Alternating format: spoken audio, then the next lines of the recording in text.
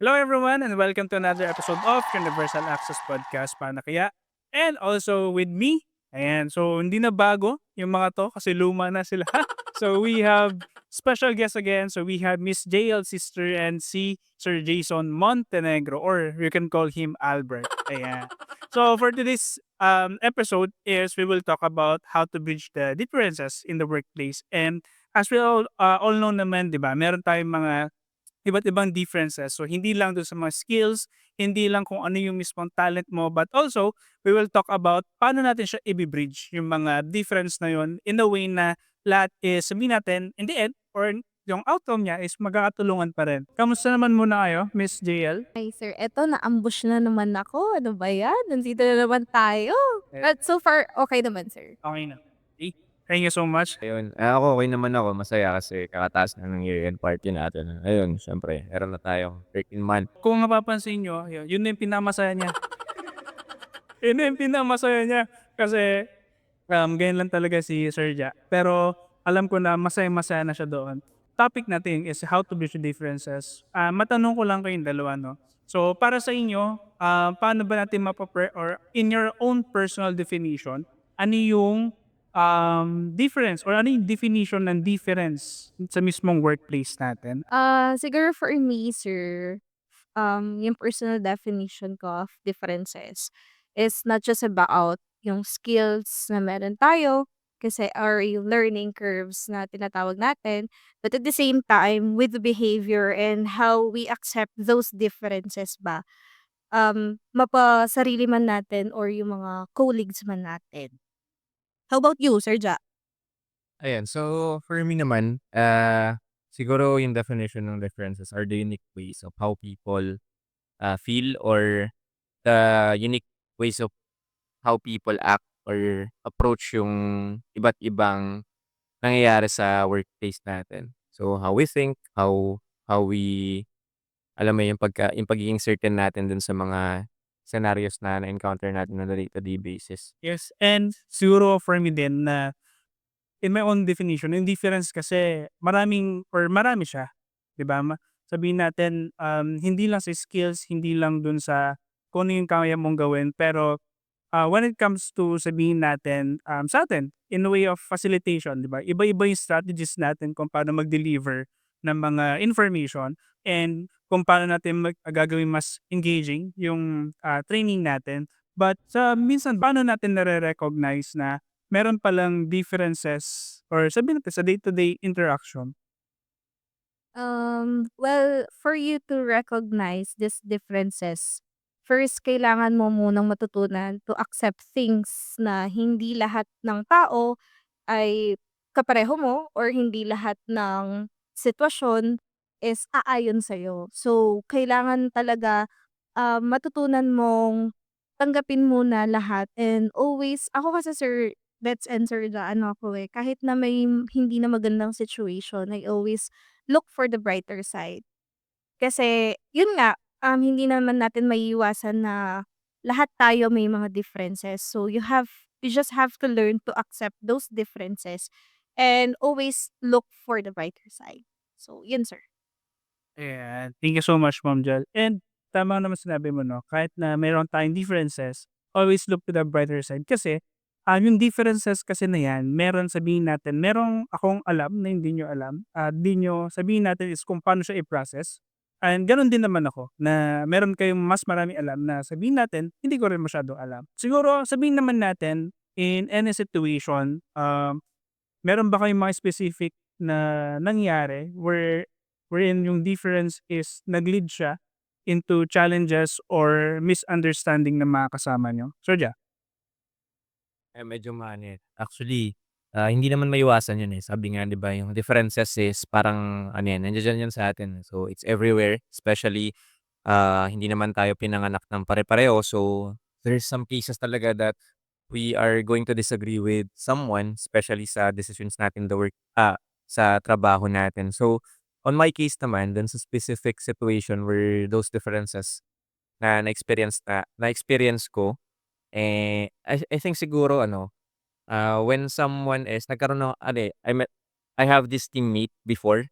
So, disclaimer lang, I have nothing against that person naman. Pero ano lang, nagkaroon lang siguro ng konting confusion or parang yun nga, differences in terms of the goal na gustong ma-meet doon sa specific task. So, yung tao kasi na yun medyo data-driven siya. So, there's nothing wrong with being data-driven naman. So, magandang attitude din naman yun. Yun nga lang, with that specific task kasi medyo hinahanap ko kasi yung purpose eh. So, aside doon sa data na gustong ma-achieve, so I am also eyeing doon sa ano ba yung purpose, bakit natin ginagawa 'to. So, aside doon sa ma-achieve natin yung data, so I also want to have that purpose na hindi lang ma-meet yung data as well as also mabigyan ng purpose yung ginagawa natin. So, dun lang nagkaroon ng konting differences but, and that part naging challenging siya kasi if kung dalawa kayong magde-decide or team kayo na magde-decide hindi puwedeng hindi kayo magkasundo. So, kailangan talaga mag-compromise sa isa't isa. And I think yun yung naging challenging part kung paano yung paano ba natin ma-execute in terms doon sa kung ano yung gusto nating maabot na goal. Lalo na kung meron kayong dalawang, gustong ma-achieve. Pero dun naman papasok yung collaboration, eh, and teamwork. Lalo na ano, dun din nagiging mahalaga yung communication talaga. Kasi, yung differences naman can be bridged naman, eh, through ano yun, tamang pag-uusap. Siguro hindi pa napapagod 'tong mic na 'to 'no? Kaya napalipat na lipat, eh. Ayan, and at least 'di ba na-exercise din tayo. Ayan, pagkatapos kasi ng yep, puro gano'n-gano'n lang kami, wala nang nangyari. Ayan, but ayun nga, sabi ni Sir Jai is meron talaga tayong mami-meet or sabihin natin meron talaga tayong ma-encounter na, iba kayo ng decision and kailangan natin mag-collaborate. Pero, for you Ma'am Jel, sabihin naman natin if ever na nagkaroon kayong differences or the same way with Sir Ja, ano kaya yung mafe-feel natin na emotions na, yun nga, first is parang nagdi-disagree kayo sa mga decision ninyo and then kailangan mong makipag-collaborate sa kanya to come up or para makuha yung pinaka-outcome na gusto nyo or kayong dalawa is the same na outcome. Of course, siyempre sir, human nature na or ano na yan, matic na yan na 'pag may gano'ng, scenario man or meron man tayong gano'ng mga situation, ang una nating mararamdaman siyempre yung maiinis ka or magagalit ka.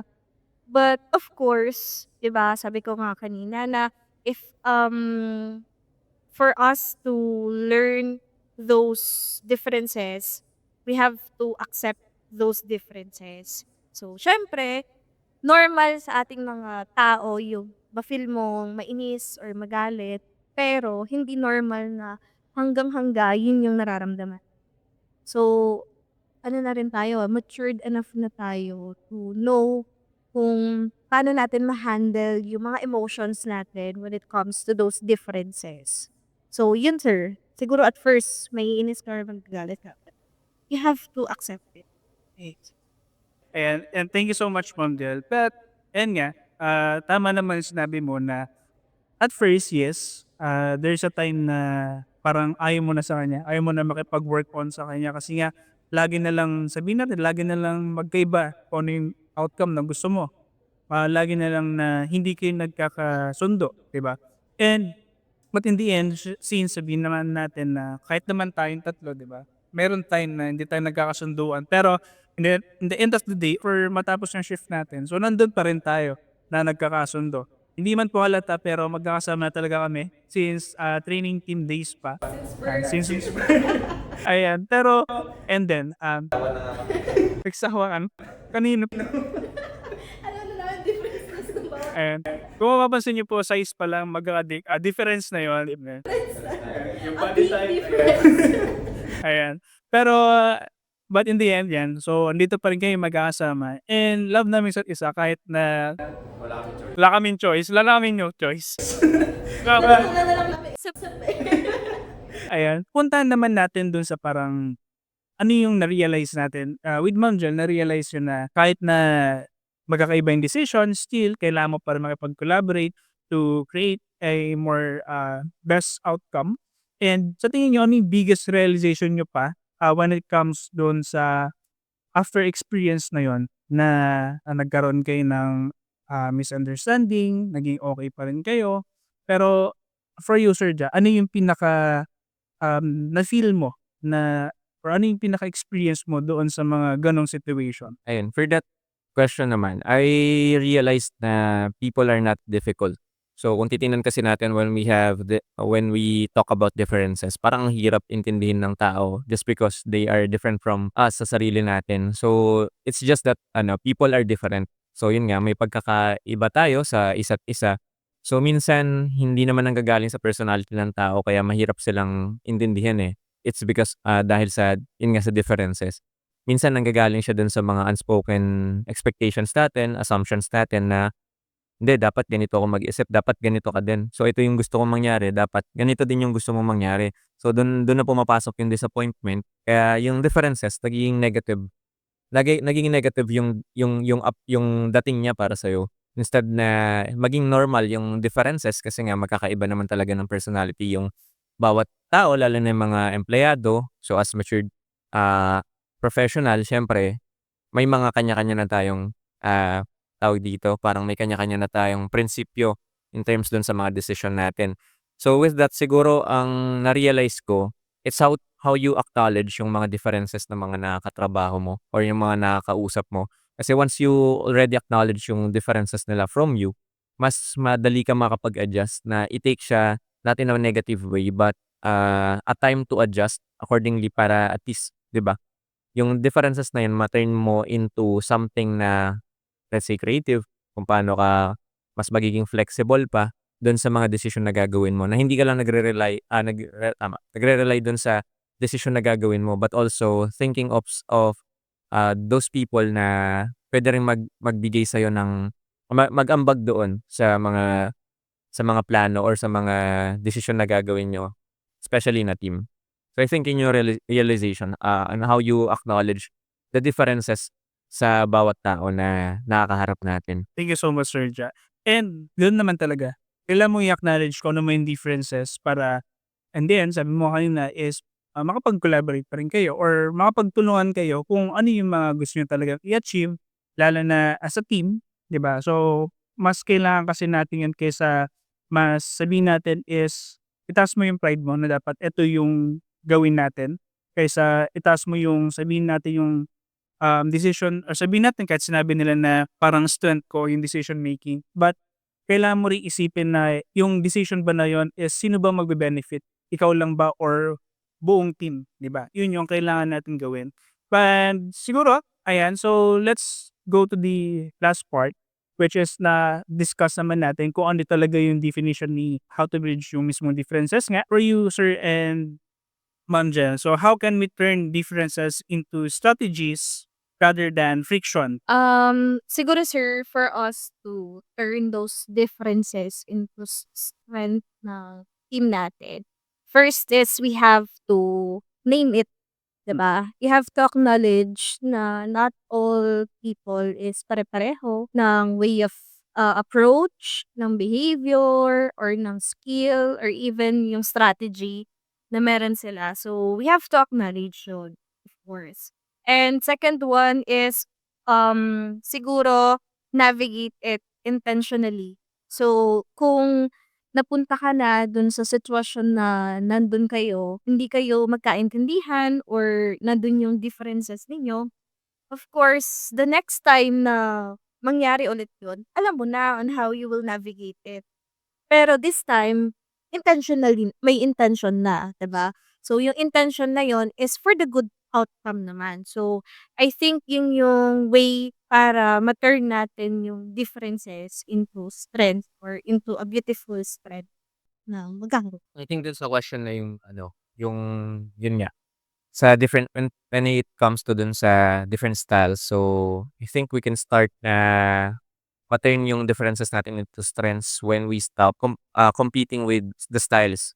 So with everybody. Instead of competing, so why not just combine yung mga styles na meron tayo, 'di ba? So we can meet in the middle, ma-compromise yung style ng bawat isa. So given na may differences and you cannot change the fact that you're different from the others, why not control the things that you can ayun, yung sa kaya mong kontrolin, hindi yung mga bagay na hindi mo naman mababagay isang tao just because you want to.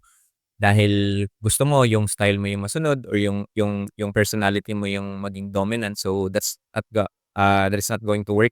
So, baka magkaroon lang ng gap between you and your team or kung sino man yung tao na involved. So, instead of competing, mas maganda na mag-combine na lang kayo and what works, yun yung gagamitin nyo. So, what style yung best na fit para dun sa specific na ginagawa ninyo. So, yun yung, kumbaga, adjust lang eh. Adjust sa panahon natin talaga. Hindi pwedeng, minsan nga, di ba? Kahit leaders, hindi naman all the time, lalo na yung mga good and effective leaders natin, not all the time, their style is really working. So, there are cases na nag-seek din sila ng help from other team members and nawi-witness ko naman yun na sobrang effective kaya sila naging effective leader kasi di sila nag-stick doon sa style na meron sila because they know there are certain scenarios na hindi applicable yun. So, kasi alam nila or acknowledge nila sa sarili nila yung yung kakayanan nila and also yung differences nila among others. So, I think yun, yung how we compromise, siguro ang formula dyan para masimulan natin yung na mas maging madali sa atin yung pag-compromise and to meet in the middle is yung number one, yung respect. If you truly respect your team or the people around you, mas madali sa'yong mag-adjust and mas madali sa'yong i-acknowledge yung personalities na meron sila. And mas madali rin para sa'yo na respetuhin yung desisyon na meron sila. At because na dahil iniisip mo na baka gusto lang nila 'to, so minsan kasi sabi nga ni Ma'am Jel, 'di ba? Minsan tinatamaan din yung pride natin, eh.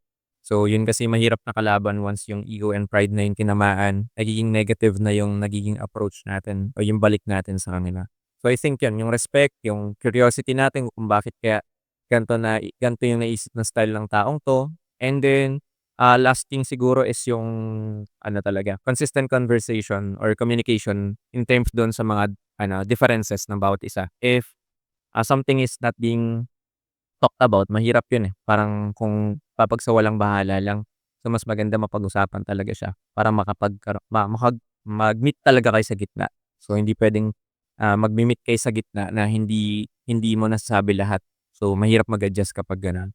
So I think yun lang para sa akin. So, Thank you so much. To make or strengthen yung nagiging kung paano ba natin talaga i-bridge is, yun nga, sabi ni Sir Jai is combine and to share kung ano ba nagiging best practices nyo. Sabi mo nga kanina, Sir Jai, na meron in some point na merong differences na kailangan mong pag-usapan. But why not, habang pinag-uusapan yun is binibuild yun na rin na, or ina-adapt na rin natin kung ano ba yung mga tamang ways to foster yung parang trust mo rin sa isa't isa. And yun nga sabi ni Sir Jai is the respect para mas maganda yung nagiging outcome natin. Hindi lang doon sa isa yung nasusunod, but in a way na aware tayo na hindi lang kayong dalawa yung nabe-benefit but the entire department is nagbe-benefit dun sa kung ano yung mga difference ninyo. And also siguro another one doon is we can adapt kung ano yung mga best practices nila para if ever man na wala siya or ako or sabihin natin sa Sir Ja, in terms of editing ng video, at least kung na-adapt mo yun or sabihin natin si Ma'am Jel na-adapt niya yun is kaya niya na mag-edit kahit na kulang tayo dun sa manpower, for example. Ayan. So with that, so thank you so much everyone to listening sa aming tatlo. And sana is maraming knowledge na nakuha sa amin and on how to foster yung mismong pag-reach ng differences natin. And any last, Sir Ja and Ma'am Jel, na gusto niyo pang sabihin or i-share sa mga listeners natin? Siguro, learn to accept things lang talaga. Kasi minsan hindi naman about siya sa ibang tao eh. Minsan nag-i-start din yung problem or yung differences sa sarili natin. Kasi, yun nga, yung sabi nga ni Sir Ja, yung pride and ego na yung natatapakan. So, lalo na yung when it comes yung emotions natin is 'pag nag-a-arise na yan, yan. So, dun na nag-i-start na nagkakaroon ng conflict. Check din natin yung sarili natin if baka yung ibang tao, okay naman pala sa kanila pero when it comes to you, ikaw pala yung may problem. So, learn to accept things, learn to accept the differences of the other people, and always acknowledge yung differences na yun. and so for me naman, I think you cannot force someone kasi to be someone like you eh. So instead of wow, may reaction. So instead of stressing yourself doon sa thinking na yon na kailangan ganito rin siya mag-isip, kailangan ba't hindi niya ako katulad, ba't hindi ko siya katulad, something like that. So mag-focus ka dun on how to embrace and how to acknowledge the person na lang. dun sa differences na meron kayo. And from that, kapag natutunan natin na paano i-acknowledge or paano i-embrace yung differences natin with the others, mas madali tayong makapag-move forward, mas madali tayong makapag-adjust, and mas makapagtrabaho tayo ng maayos. Kasi hindi na dumadagdag sa isip natin yung, alam mo yun, yung iniisip pa natin kung yung mga ganun na parang nagiging dagdag pa siya sa stress natin araw-araw. Yun lang. So thank you so much everyone for listening for us. And ayan, so don't forget to like, share, and subscribe for this learning podcast. And also with AI mo na yan, di ba? Ayan, so happy holidays. So, malapit ng Christmas, malapit ng New Year. So ingat po kayo sa pagpapaputok, lalo na kapag maraming tao. And ayan, wag niyo pong kalimutan yung mga regalo ng mga inaanak ninyo. Ayan, yung sa amin din. Ayan, so yun lang naman for us, and thank you so much everyone. Bye-bye.